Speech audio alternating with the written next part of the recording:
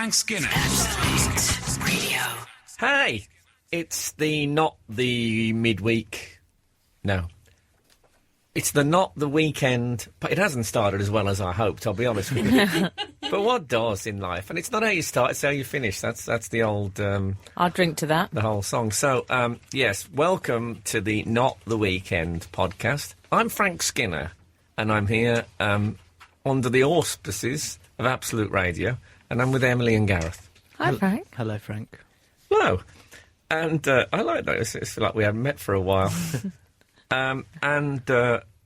We've just had a very interesting conversation with the producer, Emma, who has pockets in her cardigan, which I can see no point in. They're too shallow for any practical purpose. I was suggesting maybe a tissue, but I like it when a lady goes for a tissue up the sleeve. Oh, yes. You don't see that so often. It's a sort of librarian thing. Laura does that, and I think it's thoroughly disgusting. Snotty stuff up your sleeve. Yeah, but It's that's not a nice all right. place to keep it. It's always nice to have something snotty up your sleeve. Emily's built a whole vocabulary on it. No, I think it's a good thing. Sometimes my tissues get so snotty I can wear it with a T-shirt. Doesn't work for me. I just stick favour it to the a bat forearm. Pleasant. I favour a bat wing a lot of the time, so it's not going to work for me. You favour a bat We're wing? not talking about snacks. Funny you should say that. A friend of mine, she collected stuffed animals, and her friend bought her a bat, a framed stuffed bat, on eBay, and it arrived broken. Wasn't properly packed, and they left it on the table, and the cat ate it. No. Cat went missing for 2 days. They found it upside down in a local rock crevice. No, they didn't. No, it was all right, but it did disappear for 2 days. Imagine eating that. Really? Bat could have been 50 years old. Wow, the cat ate the bat. Yeah. I should apologise. I mean, Emily would never eat a bat because it's not white. No. Not the I'm right still on the colour. white diet. Still on the white diet. I got my hair cut this week. As you know, I go to what I call a £7 barber. Boy, did I have a shock. Why? It's gone up to £9. Oh, Frank. It's an outrage. Well, don't worry. You could never tell by looking at it. No, exactly. I don't think it looks £2 better. No. And it was. They have a big sign outside the £7, and they just. They'd look like they'd put a sheet of A4 with a big 9 on it and just put it over the 7. So there was the vague shadow of happier times when it was only 7 showing through, which I thought was a mistake. Yeah. And apparently it hasn't gone down that well with the... Is it still your same barber? Was it an Australian that you used to have? Well, they have there's different people. Oh, there's no loyalty where I you... think the way to travel the world now, whereas it used to be to work in restaurants, now you just carry a pair of scissors and it's have scissors will travel. Don't you want the same person, though, doing your hair? Well, there is a nice lady who I do have when I'm in there, an Australian lady, but she wasn't in there. I think it's holidays at the moment. I don't know whether she'd stormed out with the £9. On some sort of socialist stance. But I had a lady, I'd say I was 35 years my junior. Right. And that's I mean, from a conversation point of view, it's tricky, because my only hope when I'm having my hair cut by someone that much younger than me is that the nation is in the midst of a major reality series. Yeah. And, of course, I fell in the terrible gap between Dancing on Ice and Britain's Got Talent. So I had nothing to discuss. And she did that thing where she said, how was your weekend? And I said, I don't remember, actually. I honestly didn't remember, but through dementia, not through living it up. And she went, oh, yeah, I know what you mean. And there was a second when I went, yeah, right. And I thought, oh, God, I'm joining in with a terrible lie and pretending I'm... You lied. And I thought, do I want to pretend I'm a party animal? Because she'll think, oh, he's some tragic middle-aged man who goes out and, Carouses. has a couple of light ales, maybe a barley wine.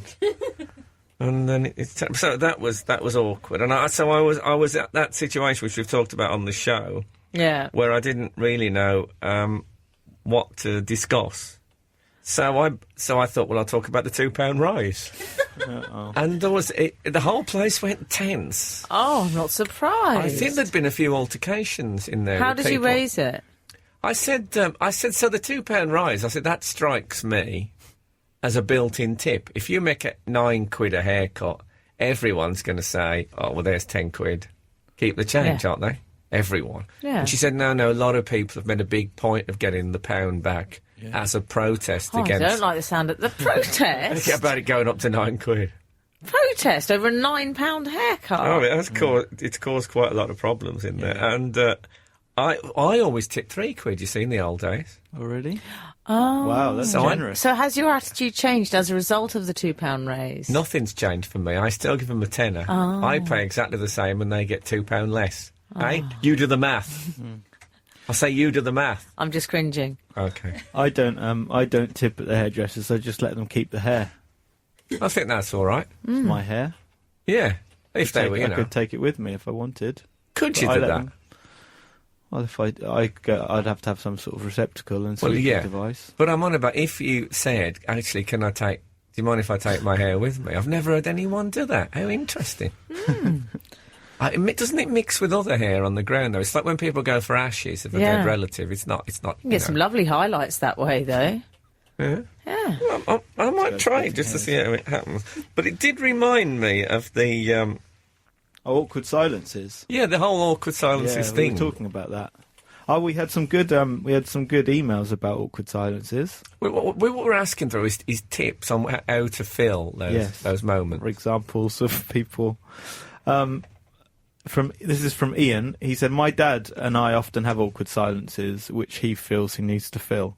His best, after several painful seconds, was, so, do you eat a lot of bread, Ian?" Good question. You see, I might, even though that includes Ian, I might start using it with the Ian in it. It's such a good gap filler. I love it. Do you think Britain's fattest man, BFM as we call him on this show, Yeah. do you think his dad uses that as a conversation break? But with the sort of just like a brackets and a dotted line where bread is, so he can insert any foodstuffs. Just a list. Yeah, so you eat a lot of offal. Dave, what was his name, BFM? BFM was... I imagine he calls him BFM, doesn't he? Oh, I can't remember his name. No. Yeah, do you eat a lot of jelly tots, BFM? He ate a lot of crisps. He did eat a lot of crisps. 40 packets a day, don't you remember? 40. 40. If I was going to eat 40 packets of crisps a day, I'd just form a big line up the garden path of them, and then I'd go down on all fours, getting steadily closer to the house on a sort of follow the yellow crisp road. It'd be brilliant. Well, that's a good one, though. No. What is it again? So do you eat a lot of bread? So do you eat a lot of bread? Yeah. We've got another one, actually. This is from Lenny in Mauritius. I didn't know we had friends in Mauritius. I like that. I once did a school project about Mauritius. I live in Mauritius. This isn't me, this is Lenny. No, I guessed you were reading. There's a slight difference in your intonation. I live in Mauritius. I'm a Scouser, though. Sorry, I live in Mauritius. I'm a Scouser, though. Rubbish. My Scouse accent's very good. My Akora is without equal. You're all right with an Akora, but that one didn't. It just sounded, went it wrong. sounded too pretty. Cora, too orangey for crows. I live in Mauritius. I'm a Scouser, though, and pick up the podcast to cheer up my route into work. Very amused to hear you chat about the Bermuda Triangle as a last resort conversation to break an awkward silence. A relative of mine was being given a lift home after decorating a friend of a friend's house. He's not got much in his conversation armoury and probably felt intimidated by being in the presence of a high-powered banker. After about 2 difficult miles, he came out with, "You know the engine," nodding in the general direction of the bonnet, That's helpful. "is just a series of mini explosions." Not another word was uttered in the remaining 10 minutes. I like there's something poetic about a series of mini explosions. I love. I mean, I think filling the gaps in a driving situation. Oh, yeah. Is even because I'm occasionally on a good day driven by strangers. You know, someone gets a car for me, and that's That always sounds like From the Village. Driven by strangers from the village. yes, That's how... driven out of town like a dog. But it was it's what I call drive talking, and you have to come up with. Yes. I used to have a set line I used. I tried it 4 times. It never got a laugh, so I stopped. I always said, I got rid of my rear view mirror 2 years ago. You know, I've never looked back. And nothing. Oh, it went all right in here. Yeah. Never got a laugh from a driver, ever, on that. So I gave that up. And What, no response? just nothing. Well, not sort of as if I was making They conversation. just thought you were irresponsible. And it was a true story. Yeah. They thought you were very irresponsible. Anyway, so I lost faith in that. I was once talking to he was an American actually driving a minicab in London. And I said to him, I was desperate, and I said, so you're way well around considering you're not from the country. It was one of the few legitimate times I thought I could say that to a minicab driver without sounding slightly racist, because he was American. And he said to me, oh yeah, I'm a Gemini. And we left it at that. It's that, and that moment when you leave it, it hangs in the air. You can hear the word going, Gemini, Gemini, Gemini, in your head. Very difficult. A friend of mine's mother, when they were having a Sunday lunch with, they had guests around and it was really quiet. You know that horrible moment when you don't know people that well and their friends are, and then it's really quiet. She used to go, well, food must be good. That's a good one, actually. I'm going to use that one when there's no food. It's very sort of pointed. Very pointed. It's awkward. It's awkward if you go, no, it's not that. Yeah. Have you seen, it was in the paper this week about midlife mirror angst syndrome. Oh. And this is... they should have come up with something better. They should have come up with something that makes is it a palindrome when you put it together? Yeah. Well, this says Acronym. Mass is that good, though, is it? I don't like that. Oh, I suppose if sheep get it... MMA. Yeah. Mass. Yeah, what is it? So this is middle-aged women, so women in their 40s and 50s, who are just women depressed with their image. It seems so. I imagine it'll spread to men before too long. Yeah. This is how these things go. With the skinniness This thing. is how these things go. with the pressure to keep skinny, it started with women and then spread to men. That's how that happened. Hasn't bothered you to. I don't know. The Mahatma Gandhi was years ahead of the whole diet industry thing. So what happens? Bar poo, I call it. So they basically get depressed with what they look like. Middle-aged women dislike what they see in the mirror 4 times more than teenage girls. Wow. Apparently. That's an interesting... that someone's worked I there. can't relate to that at all. No. 'Cause looking in the mirror is my favourite thing. Really? I cannot get enough of it. Yeah. What about And it makes you happy. It makes me happy. That's... Yeah. warm wool and mittens? More than that. But My reaction to seeing myself in the mirror varies wildly. Sometimes I think, wow, I am a beautiful person. Yeah. So, yeah. Really? And then sometimes... Physically beautiful or on the inside? No, physically, yeah. Okay. That's how I use the mirror. Okay, I'm just trying to get a handle on That it. sort of mirror. Yeah. And sometimes Do I you see the handles genuinely on look it. in the mirror and think and feel really happy with what you see? I would say it's perfectly even. Sometimes I'm appalled by what I see. Appalled? And sometimes I think it's brilliant. It's very From odd. brilliant to appalled. Yeah. Wow. Wow. Very odd. Is this through a series? Do you wear a lot of different makeup and makeover faces before you look? How can you differ that much? Is it more to do with your mood than your appearance? Maybe it's do you all think? about my Yeah, he self-esteem. has mood swings. I do have mood swings. But don't you get that? I mean, we all get this thing when you look in the mirror and you think, "Thank God I'm a celebrity." No, we Okay. discussed that during the show that me and Emily... No, we don't. How come we're not celebrities? That's what we wanted. Would that be No. the worst piece of observational comedy you could do? You know, you look in the mirror and think, "Thank God I'm a celebrity." Oh, hello. Do you genuinely think Hang that? on. Frank? I have thought I it in think the you past. do. I have thought, Because you have been able to date. Don't take this the wrong way. Oh hell, take it the wrong way. You have been able to date. Like Kathy's very beautiful. I'm not saying you're not. No, I understand. I absolutely. It's opened the door to a whole new arena of women I couldn't have, and many of them do take it the wrong way. But I sort of accept that. And I have looked in the mirror in the past when I was sort of what I might call filling my boots, having realised this. That suddenly there was a whole new catchment area. So I have consoled myself, but I don't think it's been a long time since I've looked in the mirror and thought, oh, yes. Yeah, A long time since anyone looked at any of us and thought that. I'll tell you what the problem is with me. I don't know if you've noticed this. I'm guessing you've all noticed it Go on. and not brought it up, but when I watch myself on television, which is sort of looking in the mirror, and I'm doing I hate to bring this up, but I'm doing a TV series at the moment, what I call my other job. Frank's skin is opinionated, Yeah, so but we're it's not allowed quite- to talk about it. No, and it's quite tiring, and I think you can see it in my face on screen. I'll tell you Really? what I've noticed is that one of my eyes is distinctly larger than the other. That's what's happened. Is That's that what? Yeah. I can't see that. Maybe you can't see it now, or you're being nice, but on telly I can't. I remember reading Sort of about like Patrick Moore, a Patrick Moore look. No, he wore a monocle. That was an optical illusion. All right. But when Abraham Lincoln was seeking the party leadership election, I read a book about this, and one of the people who stood against him, they said he had the same problem, and they said it did look as if two different men stared out at the world, and that's what's happened. I noticed on telly there's two quite different eyes, and I don't like that. Oh, I haven't noticed that at all. Tell Frank. me, honestly, it's real. And I tell you what, if I had one of those, you know those comedy outfits used to be which is like split in two halves, and you turn one way and you're a man and the other way you're a lady. I could do that now better than anyone's ever done it, because I've even got a different eye for each side. So that's what I might go with. If I was in a lift with Tom York from Radiohead, he'd be absolutely convinced I was taking the mickey.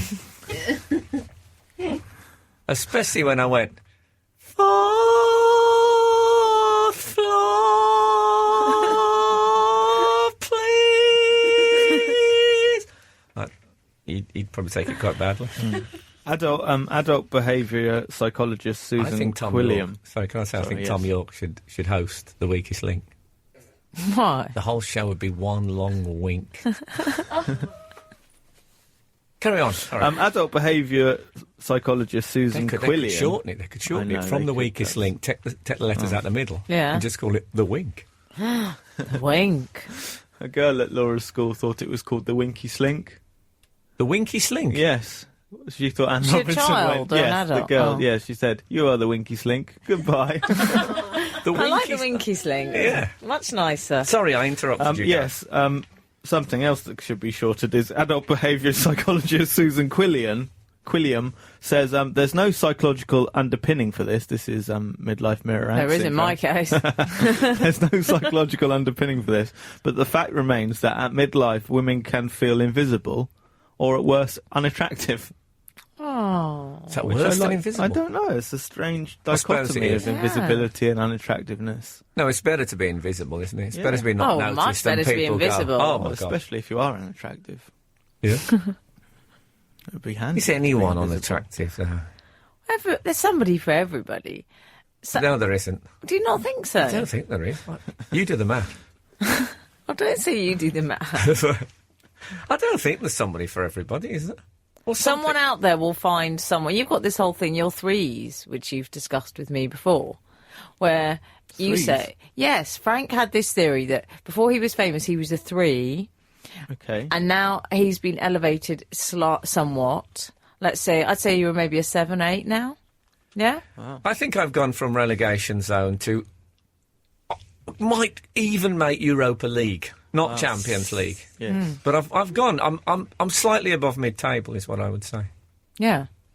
I think I was a bit of a mess as a teenager. Some people peak brilliantly in their teens, for instance, Prince William, and then go Yes. gradually downhill. Whereas I think, if anything, I'm improving. Do you? So really? I Do think- you? Yeah. You sense some So disagreement in the air. surprised. But no, so that's good for me. Is that because I was so sometimes I feel good about it. What do you mean sometimes looks-wise? I still look like how I do. We're still talking looks-wise, Yeah, aren't we? still Oh, I thought you were talking about you as a whole, as a man. He can't no, possibly have No, known that's that. getting much worse. He's been dropping like a stone, even in the time I've known him. It's like a man who stepped into a spiritual lift shaft. It is. So this is from Ben from. I think it must have got cut off where he's from. It just says okay. Ben from. I'm not That's from. his Oh, surname. okay. Frank, do you remember our pedestrian race last week?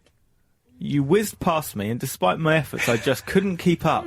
This is someone I've actually combated with. Wow. I knew that was going to happen eventually, wasn't it? I therefore turned onto another street to look like I was just going another way. So defeated, Frank.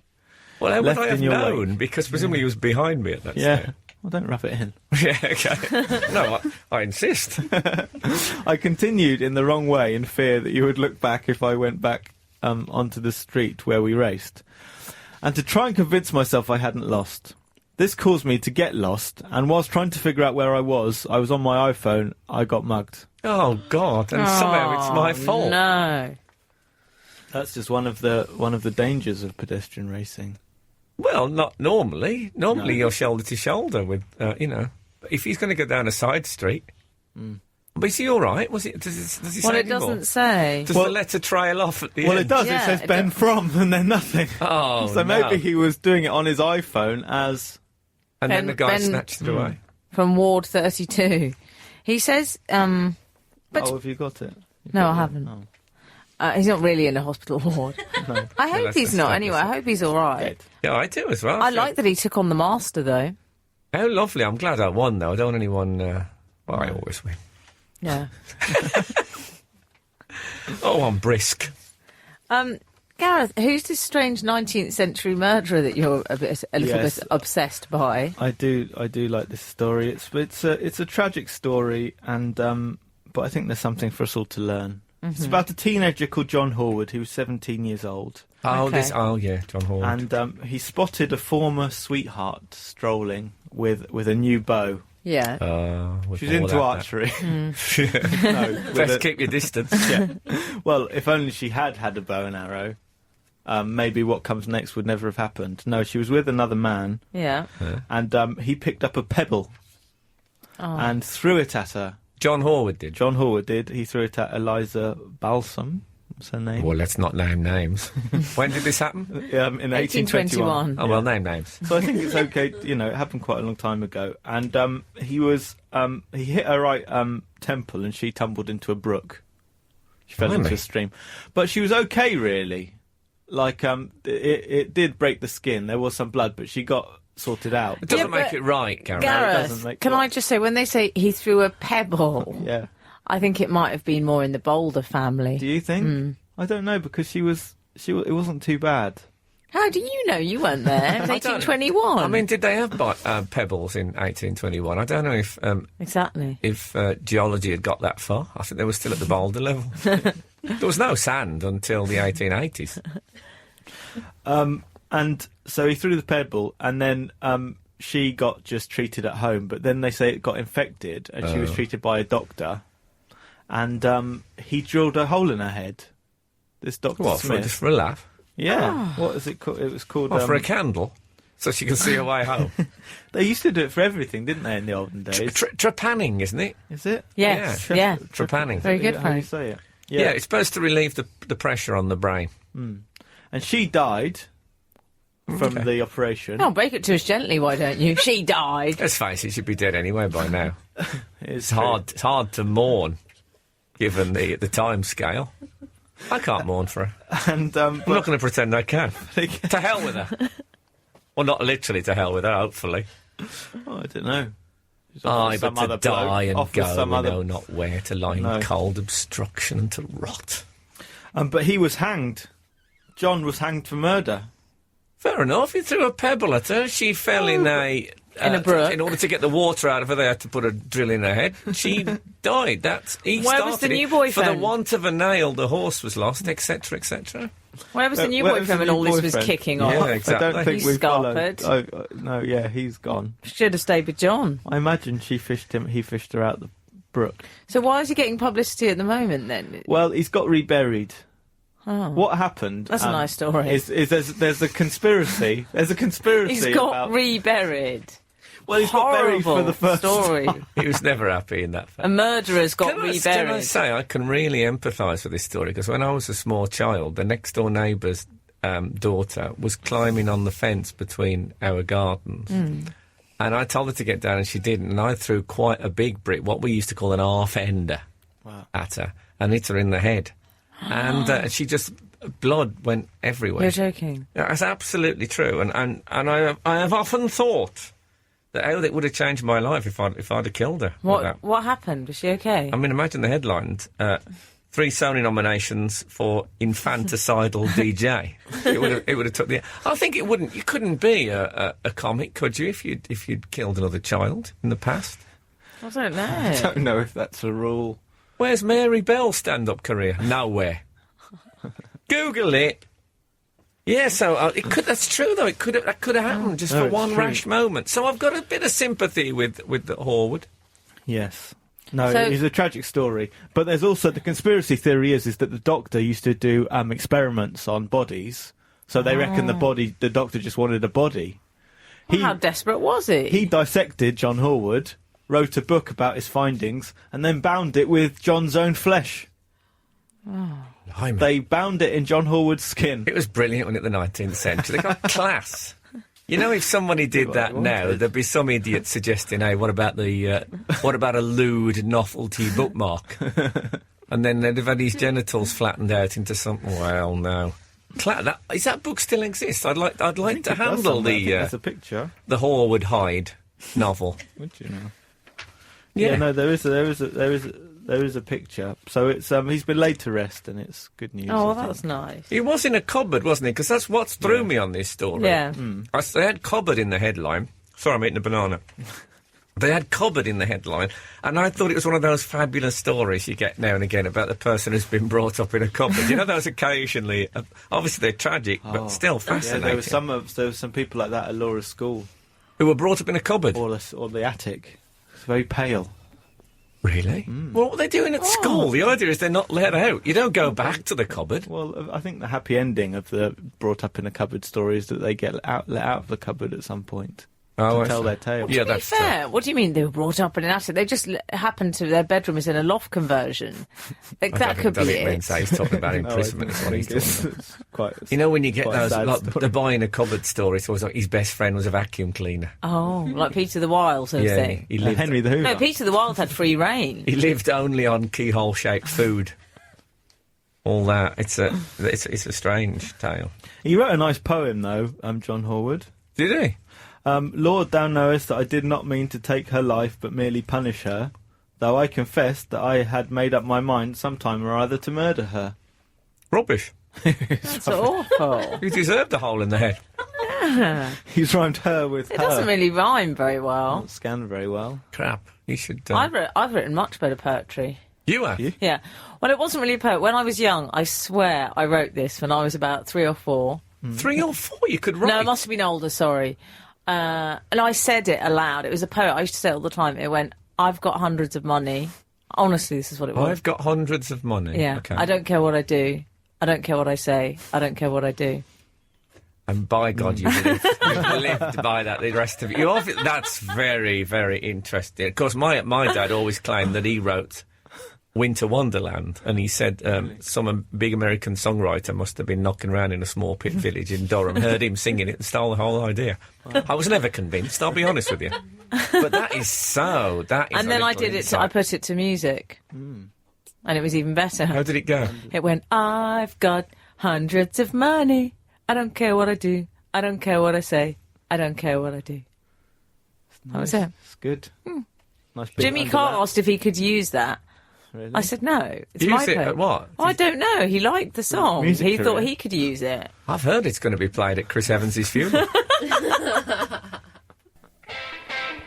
This is Frank Skinner on Absolute Radio.